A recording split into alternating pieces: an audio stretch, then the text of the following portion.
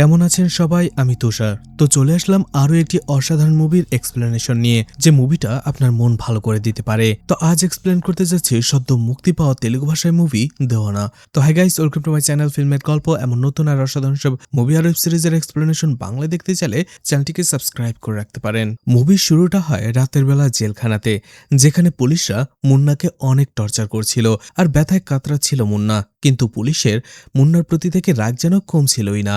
আর এরপরেই লকআপে বাকি কয়েদিদের সাথে মুন্নাকে আটকে রাখা হয়। আর সেই লকআপে কয়েদি হিসেবে তখন ছিল চিন্তন নামের একজন গ্যাং লিডার এবং তার আরো সাথীরা।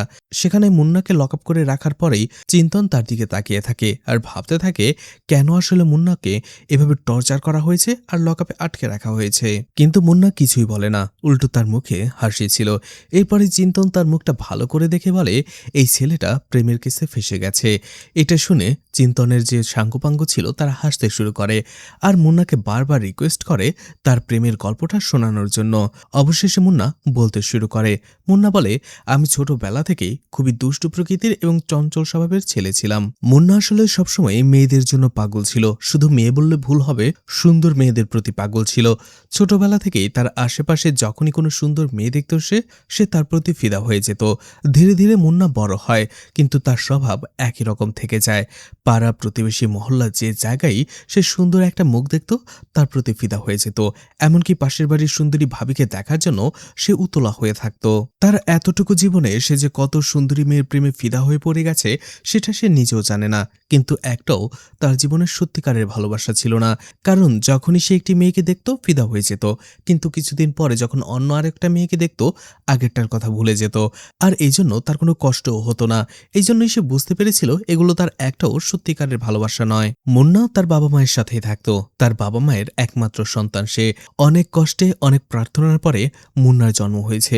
এই জন্য তার বাবা মা মুন্নাকে অনেক বেশি আদর করত। তার ছোট বড় সব আবদার তারা পূরণ করার চেষ্টা করত। এদিকে মুন্নার দুইজন খুব ভালো বন্ধু ছিল, যাদের একজনের নাম রঘু আর একজনের নাম বিক্রম। সারাদিন তারা তিনজন একসাথেই থাকতো।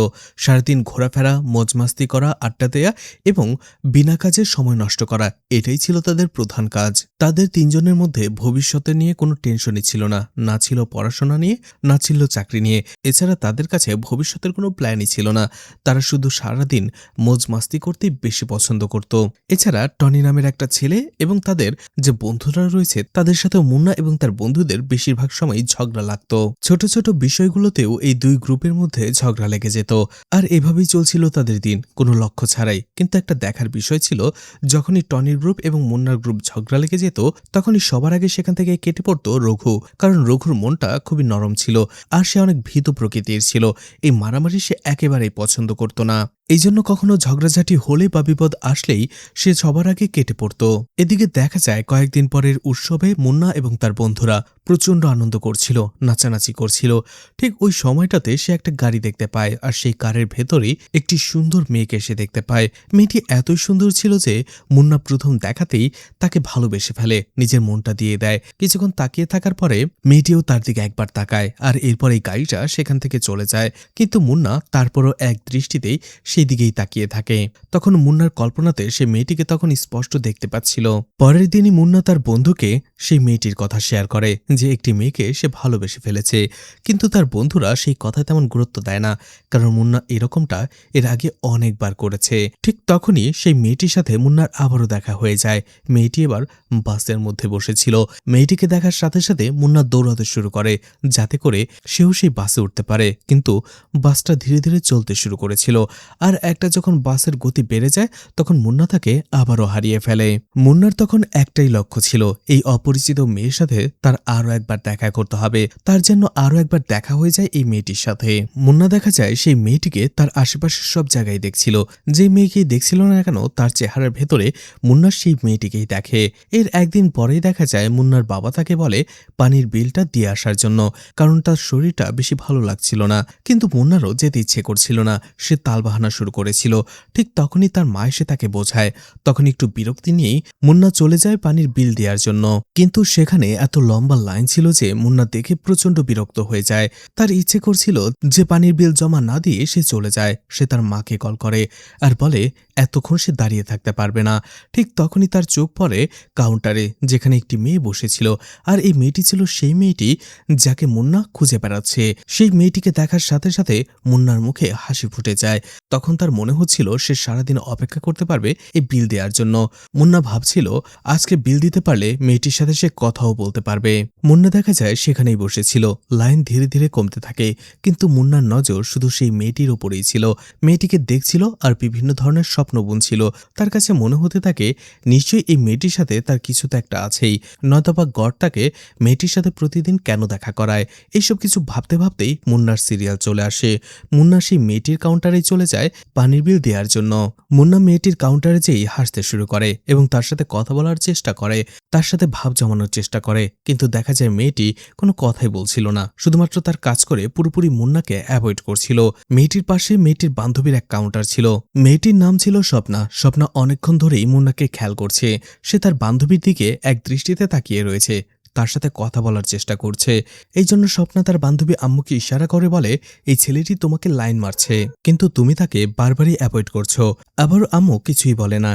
এদিকে দেখা যায় মুন্না বিল জমা দেওয়ার পরেও সেখান থেকে চলে যায় না, সেখানকার গার্ডের সাথে কথা বলতে থাকে। আর সেই সিকিউরিটি গার্ডের থেকে মুন্না সেই অফিস কখন খোলে কখন বন্ধ হয় সব ইনফরমেশন নিয়ে নেয়। মুন্না এখন অনেক খুশি ছিল, কারণ আম্মুর সাথে এখন সে চাইলেই দেখা করতে পারবে। আম্মুর অফিস সে জানে, সেটা কখন খোলে কখন বন্ধ হয় সেটাও সে জানে। বাসায় আসার পরে মুন্নাকে অনেক খুশি দেখাচ্ছিল। ভেতরে ভেতরে যে সে প্রচন্ড খুশি ছিল এটা পরিষ্কার বোঝা যাচ্ছিল। তার মা বাবাও চিন্তায় পড়ে যায় যে মুন্নাকে এত খুশি কেন দেখাচ্ছে। মুন্নার আচার ব্যবহার দেখে তো মুন্নার মা বাবার সন্দেহ হয়ে যায় যে মুন্নার নেশা করে এসেছে কিনা। পরের দিন দেখা যায় সে আবারও সেই অফিসে পৌঁছে যায় আর চুপচাপ সেখানে বসে আম্মুকে দেখতে শুরু করে। কিন্তু সিকিউরিটি গার্ড তাকে চিনে ফেলে আর ভাবে হয়তো এই ছেলেটা কোনো কাজ না নিয়েই এখানে চুপচাপ বসে রয়েছে, এই জন্য সে তাকে ধরে ফেলে। স্বপ্না এটা দেখে ফেলে। সে আবারও আম্মুকে বলে, এই ছেলেটা সেই ছেলেটা যে গতকালকেও এসেছিল, তোমাকে দেখছিল আজকেও একই রকম। কিন্তু আম্মু সেই কথায় তেমন গুরুত্ব দেয় না, কারণ মুন্না আম্মুর জন্য শুধুমাত্র সাধারণ একজন অপরিচিত ছেলে, এছাড়া আর কিছুই নয়। এদিকে মুন্না যখন বুঝতে পারে যে সিকিউরিটি গার্ড কোনো কাজ ছাড়া তাকে সে অফিসে বসতে দেবে না, তাই সে নতুন বাহানা খুঁজতে শুরু করে যাতে করে এই অফিসে সে রেগুলার আসতে পারে। মুন্না আর তার বাকি দুই বন্ধু এরপরেই তাদের এরিয়াতে প্রত্যেকটা ঘরে চলে যায় আর বলে তারা একটা সোশ্যাল এক্সপেরিমেন্ট করছে। মানুষের যাতে কষ্ট করে লাইনে দাঁড়িয়ে থেকে পানির বিল জমা দিতে না হয়, এই জন্য তারা তাদের পানির বিল জমা করিয়ে দেবে। এটার জন্য তারা তাদের পানির বিল চাইতে থাকে, কিন্তু মানুষ প্রথমে তাদের বিশ্বাসই করছিল না। তাই মুন্না এবং তার দুই বন্ধু বারবার মানুষের বাসায় যেয়ে তাদের বোঝাতে থাকে আর অবশেষে তারা তাকে বিশ্বাস করে নেয় আর পানির বিল দিতে শুরু করে। আর এভাবেই মুন্নার কাছে অনেকগুলো পানির বিল চলে আসে। মুন্না এখন অনেক খুশি ছিল, কারণ তার কাছে সেই অফিসে যাওয়ার একটা বাহানা ছিল। সে প্রত্যেকদিন আম্মুকে যে দেখতে পারবে। সে প্রত্যেকদিন সেই অফিসে যেত আর আম্মুর দিকে তাকিয়ে থাকতো আর আশায় থাকতো যে আম্মুর সাথে সে একটু কথা বলতে পারবে। তার প্রত্যেক দিনের শুরুটা এই একই আশা নিয়ে হতো যে অফিসে যেয়ে সে আম্মুর সাথে একটু কথা বলবে। এভাবেই মুন্না রোজ সেই অফিসে আসতো আর এক একজনের পানির বিল জমা দিত। আর এটা করতে করতে সেই অফিসের বাকিরাও মুন্নাকে চিনে ফেলে। একদিন স্বপ্না নিজে থেকেই মুন্নার সাথে কথা বলতে শুরু করে। স্বপ্না কথা বলতে বলতে একটা সময় আম্মুর নাম বলে দেয় আর মুন্না যখন আম্মুর নাম জানতে পারে তখন সে অনেক খুশি হয়ে যায়। মুন্না এখন তার ভালোবাসার মানুষের নামও জেনে গিয়েছিল, এই জন্য তার খুশির সীমানা থাকে না। এভাবে আরো কয়েকদিন চলতে থাকে। মুন্না কথা বলার চেষ্টা করলেও আম্মু তাকে অ্যাভয়েড করে। আর অবশেষে মুন্না একদিন অনেক সাহস করে সেই পানির বিলের সাথে ছোট্ট একটা লাভ লেটারও দেয়, যেটার ভেতরে মুন্না তার মনের কথা লিখে রেখেছিল। এদিকে আম্মু যখন সেই প্রেমপত্রটা পায় সে একেবারে স্তব্ধ হয়ে যায়। সে মুন্নার দিকে তাকিয়ে থাকে। মুন্না এটা দেখে প্রচন্ড ভয় পেয়ে যায়। এরপরে হঠাৎ করেই আম্মু তার সুপারভাইজারকে ডাকতে থাকে আর এটা শুনে তো মুন্নার প্রচন্ড ভয় হতে থাকে। সে ভাবে এবার হয়তো আম্মু তার নামে কমপ্লেন করেই দেবে আর তারপরে এখান থেকে তাকে গলার ধাক্কা দিয়ে বের করে দেবে। তার আর কখনো আম্মুকে দেখা হবে না। কিন্তু দেখা যায় তেমন কিছুই হয়নি। আম্মু সেখানে সুপারভাইজারকে ডেকেছিল একটা প্রবলেম দেখানোর জন্য আর সে তার কাজটাই করছিল। এটা দেখার পরে স্বস্তির নিঃশ্বাস ফেলে মুন্না। সে তখন আশার আলো দেখতে পায় যে মুন্নার আচরণ যদি আম্মুর এতই খারাপ লাগতো নিশ্চয়ই তাহলে কমপ্লেন করতো সে। যেহেতু কমপ্লেন করেনি তার মানে আম্মুর মনের কোনো না কোনো জায়গায় মুন্নার জন্য হয়তোবা ফিলিংস রয়েছে। এদিকে মুন্না সেখান থেকে চলে আসার পরেও আম্মুকে টেন্স দেখাচ্ছিল আর এটা দেখেই স্বপ্না তাকে জিজ্ঞেস করে কি হয়েছে তার। তখনই আম্মু তাকে সবকিছু খুলে বলে যে মুন্না তাকে লাভ লেটার দিয়েছে। এতে স্বপ্না আবারও হাসে, কিন্তু আম্মু সরাসরি বলে দেয় অপরিচিত একটা ছেলের এই ধরনের ব্যবহারে তার কোনো ইন্টারেস্ট নেই, সে কোনোভাবেই এগুলো চায় না। অন্যদিকে মুন্নার এগুলোতে কোনো খবরই ছিল না। সে একটা কথাই ভেবে যাচ্ছে, যেহেতু আম্মু তার নামে কমপ্লেন করেনি, তার মানে নিশ্চয়ই আম্মুর মনে তার জন্য কোনো ফিলিংস রয়েছে, সফট কর্নার রয়েছে। মুন্নার সারা রাত সেটাই ভাবতে থাকে, সে শুধু আম্মুর সেই কথাটাই ভাবছিল। এদিকে আবারও যখন মুন্না সেই অফিসে চলে যায়, সে এমন একটা ঘটনা দেখে তার মাথায় রক্ত উঠে যায়। সে দেখতে পায় আম্মুর সেই সুপারভাইজার আম্মুর সাথে বাজে ব্যবহার করছে। সে আম্মুকে বাজেভাবে স্পর্শ করার চেষ্টা করছে। আম্মুর মুখ দেখেই বোঝা যাচ্ছিল সেটা সে একেবারে পছন্দ করছে না, কিন্তু সেটা সে প্রতিবাদও করতে পারছিল না, কারণ তার চাকরির ভয় রয়েছে। আর এই সব কিছু দেখে মুন্না কোনোভাবেই আর মেনে নিতে পারছিল না। তারপরেও মুন্না কিছু না বলে সেখান থেকে চলে আসে। মুন্না এবং তার বন্ধুরা মিলে সেই সুপারভাইজারের পথ আটকায় এবং তাকে এতটাই মার মারে যে তার অবস্থা গুরুতর হয়ে যায়, যার ফলে সেই সুপারভাইজার আগামী 2 মাস পর্যন্ত অফিসে আসতে পারবে না। মুন্না অনেক খুশি ছিল, কারণ সে ভাবছিল আম্মুর প্রতি যে অবিচারটা হয়েছে সে শুধু সেটার বিচার করেছে। মুন্না এতদিনে বুঝতে পেরে গিয়েছিল আম্মু তার কোনো ফ্যান্টাসি নয়, বরং সত্যিকারের ভালোবাসা। সে সব জায়গায় শুধু আম্মুকেই দেখছিল। তার ভালোবাসাকে চিরস্মরণীয় করার জন্যই মুন্না তার বুকে আম্মুর নাম লিখে ট্যাটু করে। কিন্তু যখন মুন্নার বন্ধু বিক্রম এটা দেখে, তার একেবারেই ভালো লাগে না। এই জন্য সে বলে, একটা মেয়ে তোমাকে ভালোবাসে কি বাসে না সেটা না জেনেই এমন একটা কাজ করা তোমার একেবারেই ঠিক হয় না। কিন্তু মুন্না সেই সব কথায় কোনো পাত্তাই দিচ্ছিল না। এরপরে বিক্রম আম্মুকে নিয়ে ছোট্ট একটা উল্টোপাল্টা কথা বলে ফেলে মজা করার জন্য, আর এতে প্রচণ্ড রেগে যায় মুন্না। এমনকি সে তখন বিক্রমের গায়ে হাতও তুলে ফেলে, আর এটা নিয়েই তাদের দুইজনের মধ্যে ঝগড়া লেগে যায়, আর সেখানের পরিস্থিতি আরো ভয়াবহ হয়ে যায়। এদিকে দেখা যায় মুন্নার ব্যাপারে স্বপ্না আর আম্মু কথা বলছিল। স্বপ্না তাকে বোঝাচ্ছিল যে মুন্না তাকে সত্যি খুব ভালোবাসে, কিন্তু আম্মুর কাছে এই বিষয়ে তেমন কোনো গুরুত্বই ছিল না। আম্মুর কাছে মুন্না একজন শুধুমাত্র রাস্তার আওয়ারা গুন্ডা। সে একেবারে স্পষ্টভাবে স্বপ্নাকে জানিয়ে দেয় মুন্নার জন্য তার মনে কোনো সফট কর্নার নেই, কোনো জায়গা নেই, তার জন্য কোনো ফিলিংসও নেই। অন্যদিকে আম্মু এটা জানতই না যে মুন্না তার পাশে দাঁড়িয়ে এইসব কথা শুনছিল। মুন্না তো অনেক উৎসাহ নিয়ে এসেছিল, আজকে তার বুকের ট্যাটুটা সে আম্মুকে দেখাবে, তার ভালোবাসার কথাটা জানান দেবে, কিন্তু এমন কথা যে সে শুনবে সেটা কখনো ভাবতেই পারেনি। তার মনটা একেবারে ভেঙে যায়, কিন্তু তারপরও মুন্না কিছুই বলে না, শুধু মন খারাপ করে সেখান থেকে চলে আসে। সে একেবারেই ভেঙে পড়েছিল। কিছু সময়ের জন্য তার মনে হয়েছিল সে নিজেকে শেষ করে দেবে, কিন্তু তারপরও আবার নিজেকে সামলিয়ে সেই অফিসে চলে আসে। কিন্তু তখনই সিকিউরিটি গার্ড তাকে বলে কয়েকজন ছেলে এসেছিল যারা আম্মুকে উত্ত্যক্ত করে চলে গেছে। এটা শুনে মুন্নার মাথায় রক্ত চটে যায়। সে সাথে সাথে ছুটে চলে যায় সেই ছেলেগুলোর পেছনে, কিন্তু একটু পরেই মুন্না জানতে পারে সেই ছেলেগুলো আর কেউ নয়, টনি এবং তার বন্ধুরা। কিন্তু তারপরও মুন্না সেখানে একাই তাদের সাথে লড়তে শুরু করে, কিন্তু টনি এবং তার বন্ধুরা অনেকজন একসাথে ছিল, যার ফলে মুন্না তাদের সাথে পেরে উঠছিল না, আর তারা মুন্নাকে সেখানে মারতে শুরু করে। অন্যদিকে এই খবরটা যখনই বিক্রম পেয়ে যায়, সে এক মুহূর্তও দেরি করে না, কোনো কিছু ভাবেও না, সাথে সাথে সেখানে চলে আসে আর একাই টনি এবং তার বন্ধুদের পেটাতে শুরু করে। মুন্নাও একই রকমভাবে তাদের সাথে লড়াই করে যাচ্ছিল। কিছুক্ষণ পরেই টনি এবং তার বন্ধুরা সেখান থেকে পালিয়ে যায়। এরপরে বিক্রম আহত মুন্নাকে সামলায় আর বলে, এর পরে থেকে কোথাও আমাকে না বলে যাবে না, আর যতদিন আমি রয়েছি তোমার একার কারোর সাথে লড়াই করারও দরকার নেই। কিন্তু মুন্না বলে সে আর আগের মুন্না নেই, এখন তার পুরো দুনিয়া জুড়ে রয়েছে শুধু আম্মু। বিক্রম তখন তাকে বোঝায় মানুষের জীবনে শুধু প্রেম ভালোবাসাই থাকে না, এছাড়াও মানুষকে একটু প্র্যাকটিক্যাল হতে হয়, মানুষকে ভবিষ্যৎ নিয়েও ভাবতে হয়। এই কথাগুলো মুন্নাকে অনেক ভাবিয়ে তুলেছিল। এর পরের দিনই সে চলে আসে অফিসে আর আম্মুকে তার মনের সব কথা খুলে বলার চেষ্টা করে। বলে, তোমার সুপারভাইজার এছাড়া রাস্তায় তোমাকে যে ছেলেগুলো বিরক্ত করেছিল আমি তাদের পিটিয়েছি। এটা কোনো দেখানোর জন্য নয়, শুধুমাত্র তোমার সুরক্ষার জন্য আর খুশির জন্য। সে সত্যি তাকে খুব ভালোবাসে। সে যদি মুন্নার সাথে সারা জীবন থাকে তাহলে আম্মুকে সে কখনোই কোনো কষ্ট দেবে না, কোনো কিছুর কমতি দেবে না, আম্মুকে কোনো অভিযোগ করার সুযোগই দেবে না। এত কিছু শোনার পরেও আম্মু কোনো রিয়াক্টই করে না, খুব শান্তভাবে বলে, সারাটা জীবন শুধু প্রেম ভালোবাসা আর ইমোশন দিয়ে চলে না, প্র্যাকটিক্যালও হতে হয়। আমি একটা সরকারি চাকরি করি যেখান থেকে আমি 20,000 টাকা স্যালারি পাই। এছাড়া অবসর সময় আমি বাচ্চাদের সঙ্গীত শেখাই, যেখান থেকে আমি একটু এক্সট্রা ইনকাম করে নেই। অন্যদিকে তোমাকে দেখো, তুমি সারাদিন এইভাবে ঘুরে বেড়াও, একটা টাকাও ইনকাম করো না, না আছে তোমার কোনো লক্ষ্য, না আছে তোমার কোনো ফিউচার প্ল্যান। তোমাকে একটা মেয়ে কেন বিয়ে করবে? তুমি যদি সত্যি আমাকে ভালোবাসো তাহলে ভবিষ্যতে কিছু করে দেখাও। মুন্না তখন খুব সহজেই বলে সে প্রাইভেট জব করে নেবে, সেখান থেকে অনেক টাকা কামিয়ে সে আম্মুকে খুবই খুশি রাখবে। কিন্তু আম্মু বলে, না, প্রাইভেট জবে হবে না, তাকে যে করেই হোক সরকারি চাকরি পেতে হবে, তাহলেই সে আম্মুর কথা ভাবতে পারে। এটা শুনে কিছুক্ষণের জন্য মুন্না চুপ করে যায়, কিন্তু এরপরেই খুবই আত্মবিশ্বাসের সাথে বলে, ঠিক আছে, আমি সরকারি চাকরি জোগাড় করে নেব। এরপরেই স্বপ্নার কাছ থেকে সে আম্মুর নাম্বারটা নিয়ে নেয়, আর যাবার আগে আম্মুকে বলে, আমাকে তোমাকে একটা কথা দিতে হবে, যতদিন না পর্যন্ত আমি সরকারি চাকরি জোগাড় করতে পারবো ততদিন আমার জন্য অপেক্ষা করতে হবে তোমাকে। আর সে খুব খুশি মনে বের হয়ে যায় অফিস থেকে। সে ভাবে আজকে থেকে জমিয়ে সরকারি চাকরির প্রিপারেশন নেবে। ঠিক তখনই অফিসের বাইরে সে পুলিশকে দেখতে পায়। আসলে এই অফিস থেকে অভিযোগ করা হয়েছিল কিছু ছেলেরা রোজ অফিসে আসে আর অফিসারদের বিরক্ত করে। তারা ছিল আসলে টনি এবং তার বন্ধুরা। কিন্তু পুলিশ সেখানে মুন্নাকে দেখতে পেয়ে যায়, তাকে সন্দেহ করতে শুরু করে, কারণ অফিসেরই একজন এমপ্লয়ি পুলিশকে বলে দিয়েছিল এই মুন্নাও প্রতিদিনই অফিসে আসে।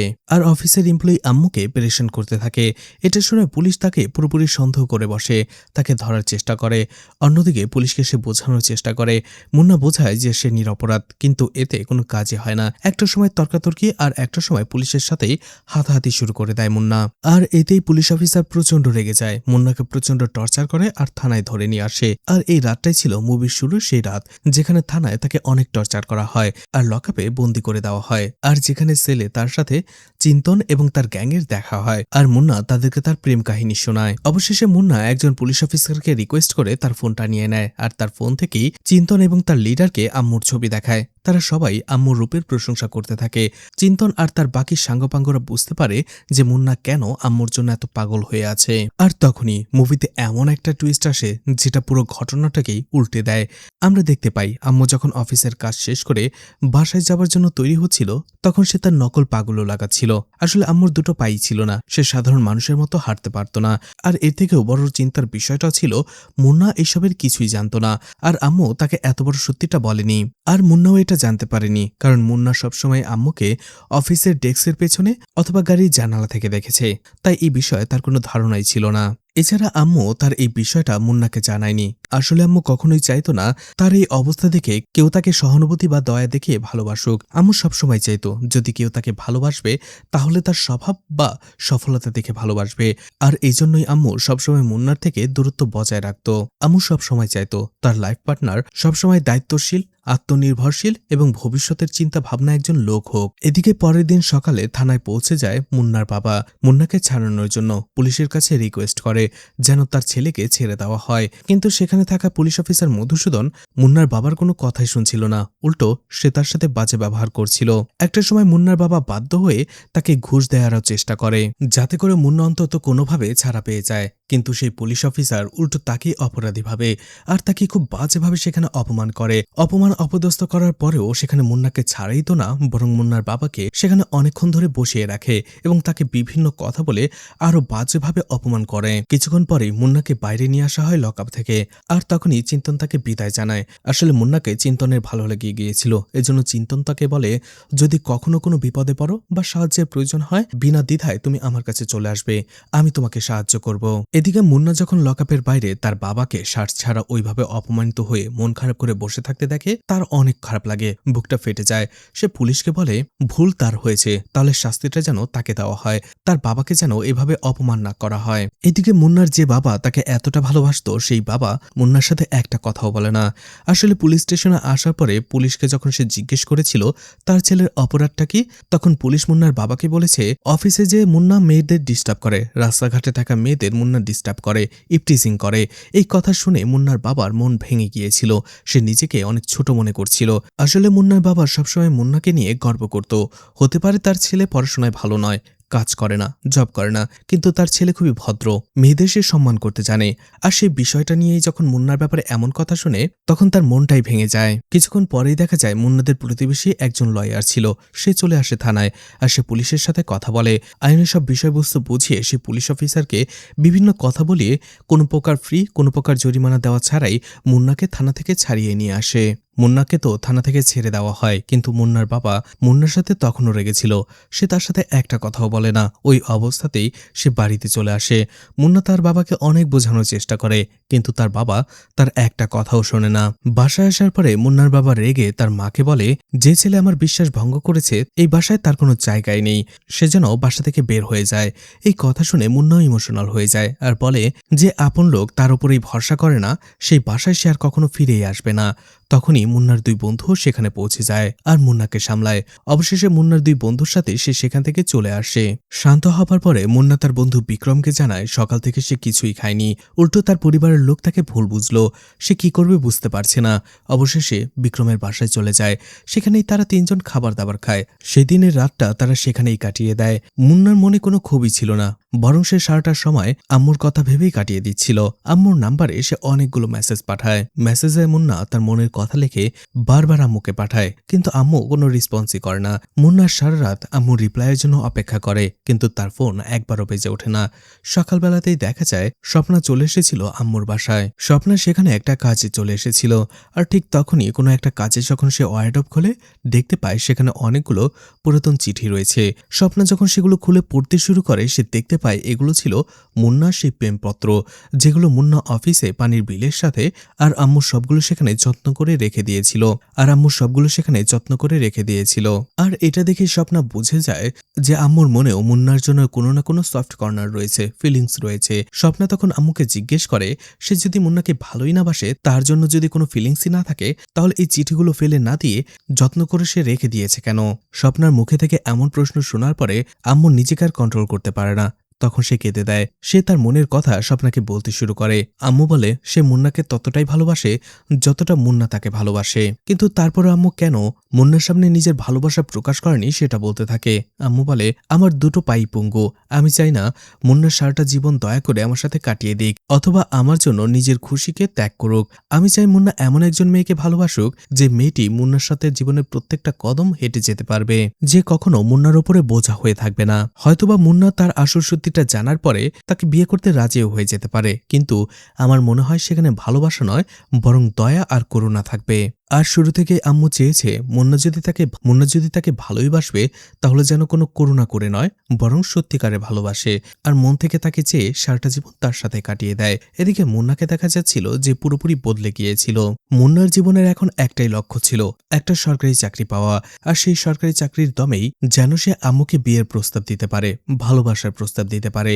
আর এই জন্য সে সব জায়গায় যেয়ে সরকারি চাকরির ইনফরমেশন খুঁজে বের করতে শুরু করে। সবকিছু দেখার পরে সে বুঝতে পারে তার জন্য সবথেকে বেটার অপশন হবে পুলিশ বিভাগের চাকরি। আর এরপরে সবকিছু দেখে সে সিদ্ধান্ত নেয় সে একজন এসআই হবে, আর এসআই এর এই চাকরিটা পাওয়ার জন্য সে নিজের সর্বোচ্চ চেষ্টা করবে। এরপরেই মুন্না তাদের এরিয়ার একজন রিটায়ার্ড পুলিশ অফিসারের কাছে চলে যায় যে ভর্তি প্রক্রিয়াটা আসলে কিভাবে হবে এবং সেখানে কি কি করতে হয় সেটা জানার জন্য। কিন্তু সেই বৃদ্ধ লোকটা উল্টো মুন্নার সাথে মজা নিতে থাকে আর বলে যে ছেলেটা গতকালকে পর্যন্ত পুরো এরিয়াতে উদ্দেশ্যহীনভাবে ঘুরে বেড়াত, মারামারি করত, ঝামেলা করত, সেই ছেলেটাই নাকি আজকে সরকারি চাকরি করবে। কি এমন হয়ে গেল?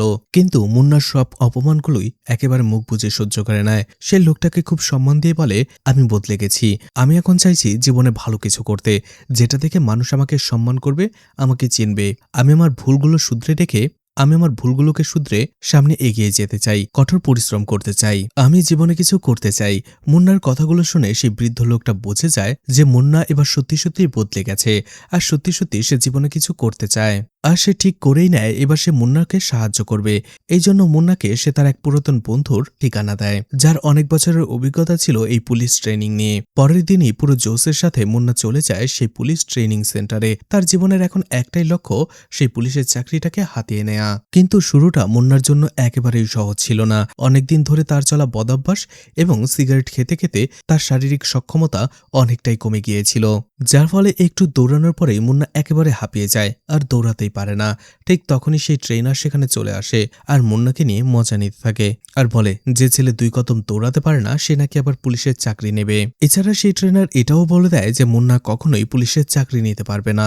এই কথাটা মুন্নাকে ভেতর থেকে আঘাত করে আর কয়েক মুহূর্তের জন্য তারও মনে হতে থাকে মুন্না হয়তোবা কখনোই পুলিশ অফিসার হতে পারবে না। তখনই সেখানে টনি এবং তার বন্ধুরা চলে আসে। যখনই তারা মুন্নাকে অপমান এবং খোঁচা দেওয়ার সুযোগ পায় তারা সেটা কোনোভাবেই হাতছাড়া করে না, বরং সেখানে তারা লাগাতার মুন্নাকে অপমান অপদস্থ করতে থাকে। আর এতে মুন্না প্রচণ্ড রেগে যায়। আর সেখানে একটা সময় কথা কাটাকাটির পরে মুন্না আর টনির মধ্যে ঝগড়াঝাটি মারামারি বেঁধে যায়। আর সেই মারামারির ফলে একটা সময় সে রেগে গিয়ে সেই ট্রেনারের গায়ে হাত তুলে বসে। তখনই চিন্তন এবং তার গ্যাংয়েরা সেখানে চলে আসে। টনি এবং সেই ছেলেগুলোকে মারধর করে প্রত্যেকটাকে সেখান থেকে তাড়িয়ে দেয়। সেখানে মুন্নার 2 বন্ধু আর চিন্তনের মধ্যে কথা হয় আর সেই কথা থেকে জানতে পারে যে মুন্না সত্যিই এখন একজন পুলিশ অফিসার হতে চায়। অন্যদিকে সেই ট্রেনার তো প্রচন্ড রেগে গিয়েছিল, সে কখনোই মুন্নাকে আর ট্রেনিং করাবে না। তখন চিন্তন বলে, টেনশন করো না, এখন থেকে আমি তোমার ট্রেনিং করাবো। আমি আমার সারাটা জীবন পুলিশের থেকে বেঁচে দৌড়েছি, পুলিশের থেকে পালাতে পালাতে আমি জেনে ফেলেছি একজন পুলিশ অফিসারের আসলে কতটা শক্তি দরকার, কতটা এফোর্টস দরকার। তাই সে তাকে এমনভাবে ট্রেনিং করাবে যেটা সাধারণ কোনো ট্রেনারও তাকে ট্রেন করাতে পারত না। আর পরের দিন থেকে শুরু হয় মুন্নার সেই ট্রেনিং, যেখানে সে মুন্নাকে দৌড়াতে বলে।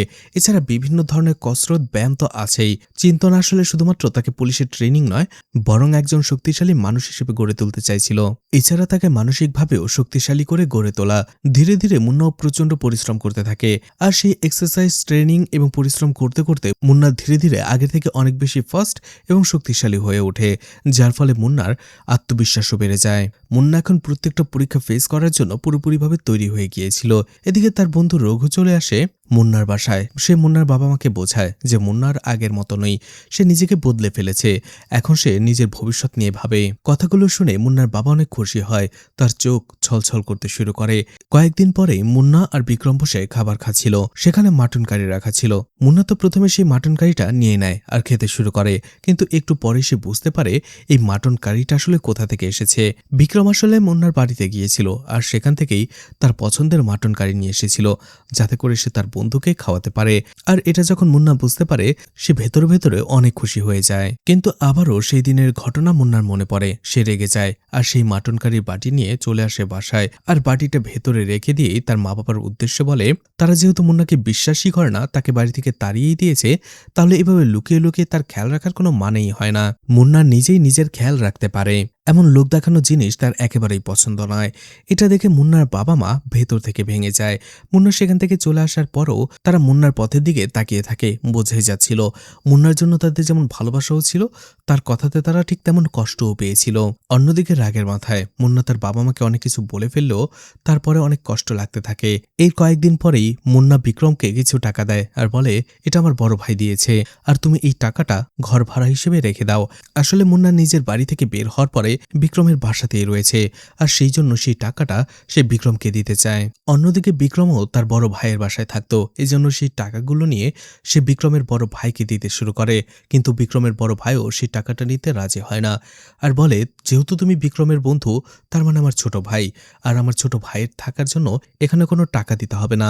কথাগুলো শুনে অনেক বেশি ইমোশনাল হয়ে যায় মুন্না। তখনই মুন্না বুঝতে পারে সম্পর্ক শুধুমাত্র রক্তের হয় না, রক্তের সম্পর্কের বাইরেও অনেক সম্পর্ক হয়।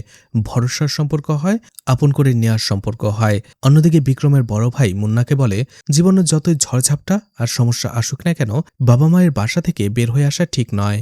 বিক্রমের বড় ভাই বলে, আমি ছোটবেলা থেকে তোমার বাবাকে দেখেছি, সেই সকাল থেকে সন্ধ্যা পর্যন্ত কাপড়ের শোরুমে দাঁড়িয়ে দাঁড়িয়ে কতটা পরিশ্রম করে টাকা উপার্জন করেছে, যাতে তোমাকে লালন পালন করতে কোনো কমতি না থাকে। বাবা মা একজন সন্তানকে লালন পালন করার জন্য সারাটা জীবন যতটা স্যাক্রিফাইস করে, সেটা কোনো কিছু দিয়েই পূরণ করা যাবে না। আর এই জন্য যদি কখনো বাবা মার ভুল হয়েও যায়, বা বাবা মা ভুলে বা কখনো রাগে উল্টোপাল্টা কথা বলেও ফেলে, তাহলে সন্তানেরই উচিত এগিয়ে যেয়ে মিটমাট করে নেওয়া আর সম্পর্ক টিকিয়ে রাখা। এই কথাগুলো মুন্নার অনেক বেশি ভালো লাগে, তার মন ছুঁয়ে যায়। তখন মুন্নার খারাপ লাগতে থাকে, কারণ মুন্না বাড়ি থেকে বের হয়ে এসে তার বাবা মাকে যতটা কষ্ট দিয়েছে, তার থেকে বেশি কষ্ট সে নিজের মনকে দিয়েছে। আর এর পরে থেকেই মুন্নার বাবা মায়ের প্রতি তার দায়িত্ব, কর্তব্য আর ভালোবাসা অনেক অনেক বেড়ে যায়। এদিকে পরের দিন সকালে স্বপ্না দেখা করে বিক্রম আর রঘুর সাথে, আর সেই সিক্রেটটা বলে দেয়, যেটা এতদিন শুধুমাত্র স্বপ্না এবং আম্মুই জানত। স্বপ্না বলে, ছোটবেলা থেকেই আম্মু দুই পায়ে পঙ্গু। আর এটা শোনার পরে বিক্রম আর রঘু, আর এই জন্য স্বপ্না মুন্নার থেকে নিজের দূরত্ব বাড়িয়ে রেখেছে। এটা শোনার পরে বিক্রম আর রঘু তারা অনেক চিন্তায় পড়ে যায়। তারা মুন্নার কাছে আসতে শুরু করে। তাদের সবথেকে বেশি চিন্তা মুন্নাকে নিয়ে হচ্ছিল, কারণ তারা জানতো মুন্না আম্মুকে অনেক অনেক বেশি ভালোবাসতো।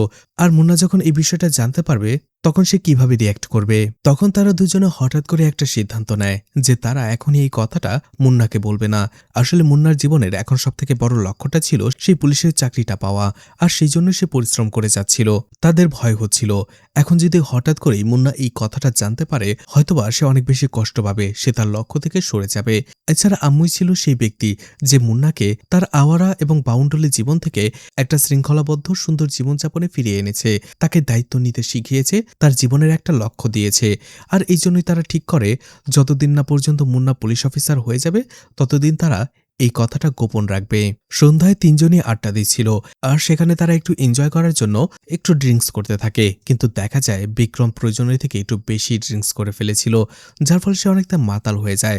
যাই হোক, তারা যখন তিনজনই বাড়ি ফিরছিল তখনই রাস্তায় তাদের আবারও দেখা হয়ে যায় টনি এবং তার গ্যাংয়ের সাথে। সেখানে আবারও দুই পক্ষের মধ্যে ঝগড়াঝাটি লেগে যায় এবং একটা সময় মারামারি। যেহেতু বিক্রম সেখানে অনেক বেশি নেশায় ছিল, তাই সে কিছুই করতে পারে না। আর এই সুযোগে টনি এবং তার লোকেরা মুন্না আর রঘুর উপরে ঝাঁপিয়ে পড়ে। তারা তাদের মারধর করতে থাকে। এদিকে দেখা যায় এই প্রথমবার যে রঘুকে সবাই ভীত ভাবত, যে সবসময় পিছিয়ে যেত, সে এগিয়ে আসে, সাহস দেখায় এবং টনি আর তার লোকদের আটকে রাখে। মুন্নাকে বলে, কালকে তোর এক্সাম, তুই চলে যা। আর এই ফিজিক্যাল এক্সামটা দিতে না পারলে তোর জীবনের লক্ষ্যটাই নষ্ট হয়ে যাবে, আর কখনো পুলিশ অফিসার হওয়া হবে না। তাই তুই চলে যা, আমরা নিজেদেরকে সামলে নিতে পারবো, আমাদের কথা ভাবিস না। মুন্না তার বন্ধুদের কোনোভাবে এই অবস্থাতে রেখে যেতে চাইছিল না, কিন্তু রঘুর বলা জোর দিয়ে কথা, এছাড়া তার স্বপ্ন পূরণের লক্ষ্য, এই দুটো মিলে মুন্নাকে সেখানে সবাইকে রেখে আসতে বাধ্য করে। মুন্না সেখান থেকে দৌড়ে চলে আসতে শুরু করে। রঘু বন্ধুর স্বপ্নের জন্য বিপদের মোকাবেলা করতে রাজি হয়ে গিয়েছিল। সে জানতো সে মার খাবে, কিন্তু তারপরও সে পিছু উঠে যায়নি। এদিকে টনির লোকেরা নিজেদের সব রাগ রঘুর উপরে ছাড়তে থাকে, তাকে প্রচন্ড মারধর করতে থাকে, কারণ তারা বুঝতে পেরেছিল মুন্না আর ফিরে আসবে না। কিন্তু কিছুক্ষণ পরেই দেখা যায় মুন্না আবারও ফিরে আসে। মুন্না তার বন্ধুদের এই অবস্থায় রেখে যেতে পারেনি, কারণ তার কাছে মনে হয়েছে তার জীবনের যত পরীক্ষায় আসুক না কেন, তার বন্ধুদের থেকে সেটা বড় নয়। এই জন্য সেখানে সে চলে আসে, টনি আর তার লোকদের সাথে লড়াই করতে শুরু করে। কিন্তু ফাইট করার সময় একটা সময় মুন্নার মাথায় এসে পেছন থেকে আঘাত করে, যার ফলে মুন্না গুরুতরভাবে আহত হয়। সে চোখে মুখে অন্ধকার দেখতে থাকে, একটা সময় অজ্ঞান হয়ে যায় সেখানেই। অন্যদিকে বিক্রম আর রঘু কোনোভাবে টনির লোকদের হাত থেকে বাঁচিয়ে মুন্নাকে সেখান থেকে নিয়ে আসে, হসপিটালে নিয়ে যায়। ডক্টর সেখানে মুন্নার মাথার ট্রিটমেন্ট করে আর তাকে রেস্ট নিতে বলে ছেড়ে দেয়। এদিকে মুন্নার বাবা মা যখন এটা শুনতে পায়, তখন তারা সেখানে চলে আসে। তারা দুজনেই খুবই কষ্ট পায়। মুন্নার মা কেঁদে কেঁদে নিজের কষ্ট প্রকাশ করলেও মুন্নার বাবা সেটা পারে না, কিন্তু ভেতর থেকে মুন্নার জন্য তার বুকটা ফেটে যাচ্ছিল। মুন্নাকে তারা বাসায় নিয়ে আসে। মুন্নার মা রেগে গিয়ে বলে, যারা মুন্নার এই অবস্থা করেছে তাদের বিরুদ্ধে পুলিশে কমপ্লেন করা দরকার। কিন্তু মুন্না তাতে রাজি হয় না, কারণ সে আর বদলা নিতে চায় না। সে পুরোপুরিভাবে বদলে গিয়েছিল। এদিকে মুন্নার বাবা বলে কালকে তার পুলিশের ফিজিক্যাল এক্সাম, কিন্তু এই অবস্থাতে তার এক্সাম দেওয়া একেবারেই ঠিক হবে না। সে যেন এক্সামটাকে স্কিপ করে আর পরের বছর ট্রাই করে। কিন্তু মুন্না এবং তার দুই বন্ধু কোনোভাবেই এই কথাতে একমত হয় না, কারণ তারা জানতো এবার তারা সুযোগটা পেয়েছে, পরের বছর হয়তোবা এত সহজে সেই সুযোগটা নাও পেতে পারে। তখনই খবর পেয়ে চিন্তন এবং তার গ্যাংয়েরা সেখানে চলে আসে। চিন্তন রেগে গিয়ে বলে, মুন্নার এই অবস্থা কে করেছে, সে শুধু একবার নামটা বলুক, তার নাম নিশানা সে এই দুনিয়া থেকে মিটিয়ে দেবে। কিন্তু মুন্না বলে সে এটা চায় না, কারণ সে এখন তার জীবনটাকে অন্যভাবে গড়ে তুলতে চায়। সে এই বদলা, মারামারি এই সবকিছু থেকে বেরিয়ে আসতে চায়। সে বদলাটা অন্যভাবে নিতে চায়। সে যখনই তার পরিশ্রম দিয়ে একজন সৎ পুলিশ অফিসার হতে পারবে, সেটাই হবে তার বদলা। এই কথা শুনে সেখানে থাকা সবারই ভালো লাগে খুব, বিশেষ করে মুন্নার বাবার। সে পুরোপুরি ইমোশনাল হয়ে যায় আর বুঝতে পারে তার ছেলে সত্যি শুধরে গেছে। পরের দিন সকালে মুন্না তৈরি হয়ে যায় এক্সাম দিতে যাবার জন্য। তার মা যাবার আগে তাকে দই আর চিনি খাইয়ে দেয় আর মুন্নাকে বলে, যাবার আগে তোমার বাবার আশীর্বাদ নিয়ে যাও। কিন্তু মুন্না কিছুই বলে না, কারণ এখনো তার আগের কথাগুলোই মনে পড়ছিল, তার বাবার কথাগুলো। তার বাবা তাকে ভরসা করেনি। সেই রাগ আর জেদ থেকেই সে বের হয়ে পড়ে, তার দুই বন্ধুর সাথে বাইকে উঠে পড়ে, পরীক্ষা দিতে চলে যায়। কিন্তু কিছু দূর যাবার পরেই তার মন কোনোভাবেই মানে না। সে বাইক থেকে নেমে দৌড়ে এসে তার বাবাকে জড়িয়ে ধরে, কাঁদতে কাঁদতে তার বাবার কাছে ক্ষমা চায়। তার বাবাও এটা দেখে অবাক হয়ে যায়। যখনই তারা একে অপরকে জড়িয়ে ধরে, তাদের দুজনের মধ্যে এই কয়েকদিনে যে দূরত্বটা তৈরি হয়েছিল সেটা নিমিষেই শেষ হয়ে যায়। অবশেষে মুন্না বাবা মা দুজনেরই আশীর্বাদ নিয়ে পুরোপুরি আত্মবিশ্বাসের সাথে পুলিশে সেই এক্সাম দিতে চলে যায়। তার সামনে শুধু একটাই লক্ষ্য ছিল, সেই চাকরিটা তাকে পেতেই হবে আর নিজেকে আম্মুর সমকক্ষ বানাতে হবে। মুন্না সেখানে খুব ডেডিকেশন এবং ফোকাসের সাথে সবগুলো এক্সাম দেয়। মুন্না সবগুলো ফিজিক্যাল এক্সাম ঠিকঠাকভাবে ক্লিয়ার করে ফেলে আর এভাবেই সে তার প্রথম স্টেপটা পার করে ফেলে। আর তার কাছে এটা তার স্বপ্ন পূরণের প্রথম পদক্ষেপ। এই জন্য সে অনেক খুশি ছিল আর সে চাইছিল এই খুশির খবরটা সে সবার প্রথমে আম্মুকে দেবে। এদিকে স্বপ্না কল করে বিক্রমকে আর জিজ্ঞেস করে মুন্না কোথায়। বিক্রম বলে সে ফিজিক্যাল এক্সামে পাশ করে গেছে, এই জন্য সে চলে গেছে আম্মুকে খবর দেওয়ার জন্য। কিন্তু এটা শোনার পরে স্বপ্না ভয় পেয়ে যায়। সে চাইছিল না কোনোভাবে দুজনের দেখা সাক্ষাৎ হোক, কারণ এটা আম্মুও চাইছিল যাতে মুন্না তার সাথে দেখা করতে না আসে, তাকে ওই অবস্থায় দেখে না ফেলে। আম্মু বেরই হচ্ছিল, স্বপ্না তাকে এসে বাধা দেয় আর বলে সে যেন একটু পরে বের হয়, তার সাথে বাইরে কেউ একজন দেখা করতে এসেছে। আর এটা শুনেই বুঝে ফেলেছিল আম্মু তার সাথে মুন্না দেখা করতে এসেছে। সে জিজ্ঞেস করে, কে মুন্না? স্বপ্না বলে হ্যাঁ। তখনই আম্মু খুবই ইমোশনাল হয়ে যায় আর ছটফট করতে থাকে, কারণ সে কোনোভাবেই চায় না তার সাথে মুন্নার দেখা হোক, আর দেখা হলেই সে মুন্নার কাছে দয়ার পাত্র হয়ে যাবে। এছাড়া সে নিজেকে আটকে রাখতে পারবে না মুন্নার ভালোবাসা গ্রহণ করা থেকে। সে স্বপ্নাকে রিকোয়েস্ট করে যে করেই হোক মুন্নাকে বাধা দেওয়ার জন্য, মুন্না যেন তার সামনে না আসতে পারে, কারণ মুন্না যদি তাকে এই অবস্থায় দেখে ফেলে হয়তোবা সে একেবারে ভেঙে পড়বে, তার পুরো জীবনটা আবারও বদলে যাবে, সে তার লক্ষ্য থেকে সরে আসবে, আর সেটা আম্মু কখনোই চায় না। স্বপ্না আম্মুর পরিস্থিতিটা বুঝতে পারে এবং তাকে সাহায্য করতে রাজি হয়ে যায়। এজন্য সে তাকে অফিসেই আটকে রাখে, বাইরে থেকে দরজা লাগিয়ে দেয়। এছাড়া সিকিউরিটি গার্ডকে বলে এখানে যদি মুন্না আসে তাহলে বলবে এখানে আম্মু নেই। একটু পরেই সেখানে মুন্না এবং তার দুই বন্ধু চলে আসে। মুন্না স্বপ্নাকে জিজ্ঞেস করে আম্মু কোথায়? স্বপ্না বলে ওর ট্রান্সফার হয়ে গেছে, আর সে ঠিকঠাকভাবে নিজেও জানে না যে এখন স্বপ্না কোথায় রয়েছে, মুম্বাই নয়তোবা দিল্লিতে। অন্যদিকে মুন্না যখন স্বপ্নার চোখে দেখছিল তখন সে বুঝতে পারে নিশ্চিত স্বপ্না তার কাছ থেকে কিছু লুকাচ্ছে, মিথ্যে বলছে, আর এই জন্য সে স্বপ্নাকে বারবার সত্যিটা বলতে রিকোয়েস্ট করে, কিন্তু স্বপ্না তারপরেও বলছিল না। মুন্না ধীরে ধীরে পুরোপুরি ভেঙে যায়, কাঁদতে শুরু করে আর হাত জোর করে স্বপ্নার কাছে বলে যদি আম্মু তার জীবন থেকে চলে যায় তাহলে তার জীবনের আর কোনো মানেই থাকবে না, তার বেঁচে থাকার আর কোনো কিছুই থাকবে না। এদিকে অফিসের ভেতরে বসে বসে আম্মু এসব কিছু শুনছিল, তার চোখ বেয়েও অঝরে পানি পড়ছিল। সে মুন্নার এই আকুতি আর কোনোভাবে মেনে নিতে পারছিল না। এদিকে মুন্নার এই অবস্থা দেখে স্বপ্নার অনেক মায়া হয়, সে কোনোভাবেই নিজেকে আর ঠিক রাখতে পারে না আর সত্যিটা বলে দেয় যে আম্মু কোথাও যায়নি, সে অফিসের ভেতরেই রয়েছে। আর সাথে সাথে স্বপ্নার সবথেকে বড় সত্যিটাও মুন্নাকে বলে দেয় যে ছোটবেলা থেকেই আম্মুর দুটো পাই নেই, সে পঙ্গু, আর আম্মু এই জন্য সবসময় তার থেকে দূরে সরে থাকতো, কারণ আম্মু ভয় পেত আম্মু যদি মুন্নার জীবনে চলে যায় তাহলে মুন্নার জীবনটা সমস্যা আর জটিলতায় ভরে যাবে। আর অন্যদিকে আম্মুও তাকে অনেক ভালোবাসে।